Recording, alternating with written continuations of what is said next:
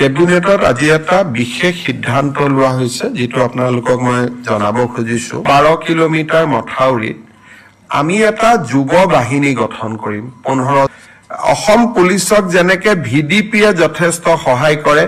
গাঁওৰক্ষী বাহিনীয়ে যেনেকে সহায় কৰে তাৰ অনুৰূপ এটা শক্তি এটা লাহে লাহে আমি নিৰ্মাণ কৰিম শেষটা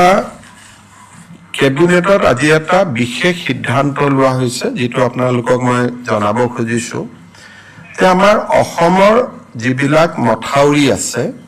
সেই মথাউৰি বিলাকৰ বহুত বিলাক এজিং অৰ্থাৎ বহুত সময় আগতে নিৰ্মাণ কৰা মথাউৰি আৰু বিভিন্ন সময়ত মথাউৰি বিলাকত আৰ্ট কাটিং হয় সৰুকৈ পানী নিগৰি থাকে আৰু সময়ত আমি গম নোপোৱা বাবে তৎক্ষণিক ব্যৱস্থা ল'ব নোৱাৰো আৰু এটা সময়ত মথাউৰি বিলাক ব্ৰিজ হৈ যায় আজি কেবিনেটে এটা সিদ্ধান্ত লৈছে যে প্ৰতি 10-12 কিলোমিটাৰ মথাউৰিত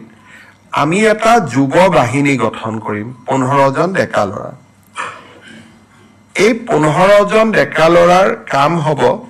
যে এপ্ৰিল মাহৰ শেষৰ পৰা অক্টোবৰ পৰ্যন্ত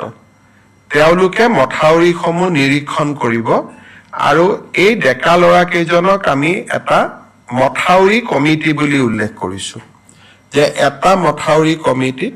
10 পৰা 15 জন ল'ৰা থাকিব যুৱক থাকিব 8 বা 12 কিলোমিটাৰ মথাউৰি তেওঁলোকে পৰ্যবেক্ষণ কৰিব স্থানীয় জলসম্পদ বিভাগৰ অভিযন্তাজনে নিৰীক্ষণ কৰিব আৰু এই ডেকা ল'ৰাখিনিক আমি গামবুটছ টৰ্চ লাইট ৰেইনকোট এইবিলাক সামগ্ৰী যোগান ধৰিম আৰু খৰতকীয়াকৈ কিবা এটা দেখিলে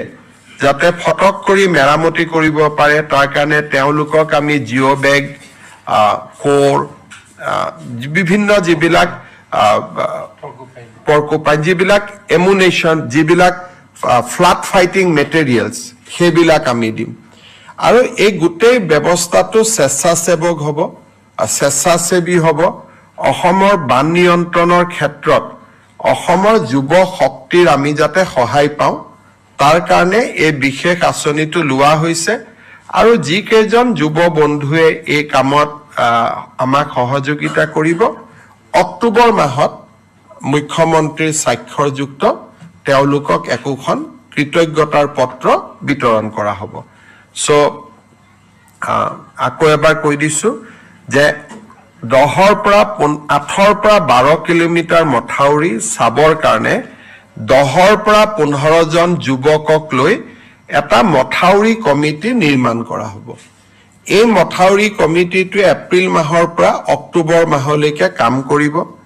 মথাউৰি কমিটিৰ সদস্যসকলক আমি গামবুটছ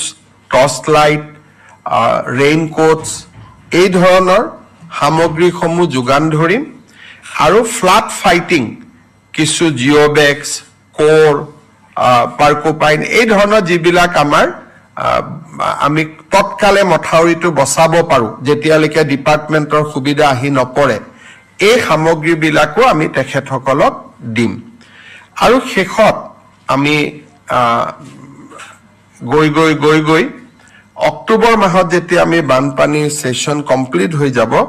তেওঁলোকক আমি একোখন কৃতজ্ঞতা পত্ৰ দিম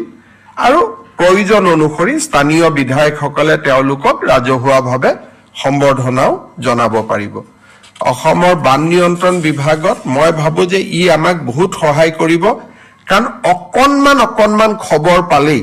আমি একোটা ডাঙৰ বিপদৰ পৰা বাচিব পাৰো খবৰ নোপোৱা কাৰণে যোৱাবাৰে বোকাখাটত মথাউৰি এটা ভাঙিছিলে কি বংকুৱাল যদি কোনোবাই যদি দুদিন আগত আমাক খবৰ দিলেহেঁতেন মথাউৰিটো নাভাঙিলেহেঁতেন গতিকে সেই ধৰণৰ এইটো এটা ভাল পদক্ষেপ অসম পুলিচক যেনেকে ভিডিপিয়ে যথেষ্ট সহায় কৰে গাঁওৰক্ষী বাহিনীয়ে যেনেকে সহায় কৰে তাৰ অনুৰূপ এটা শক্তি এটা লাহে লাহে আমি নিৰ্মাণ কৰিম শেষলৈ গৈ মথাউৰি কমিটি বিলাকক আমি ৰেজিষ্ট্ৰেচনো কৰি দিম তেনেকে শক্তিশালী কৰি আমি গৈ থাকিম এইবাৰ প্ৰথম বছৰ ইয়াক আমি হাতত লৈছো খালাসিও থাকিব গভৰ্ণমেণ্ট মানুহখিনি থাকিবই ডেকা ল'ৰাবিলাকে ৰাতি যেনেকে ডিউটি কৰে আমাৰ গাঁৱত, এতিয়া তেওঁলোকে ডিউটি কৰোঁতে আজিও ডিউটি কৰে, কিন্তু এটা ডিউটিটো আনুষ্ঠানিক হ'ব। নৈপৰীয়া স্থানীয় মানুহ, সেই মথাউৰিটোৰ কাষৰ মানুহখিনি, নৈপৰীয়া বুলি নহয়, মথাউৰিটোৰ কাষত লোকেল মানুহ থাকিব। এটাই সুবিধা থাকিব, আগতে তেওঁলোকে নিজাকৈ যায়, কেতিয়াবা পুলিচেও দিগদাৰ কৰে, অমুকেও দিগদাৰ কৰে।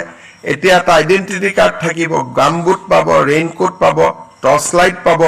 পাৰ্কোপাইন পাব, জিঅ' বেগ পাব, অন্ততঃ নিজক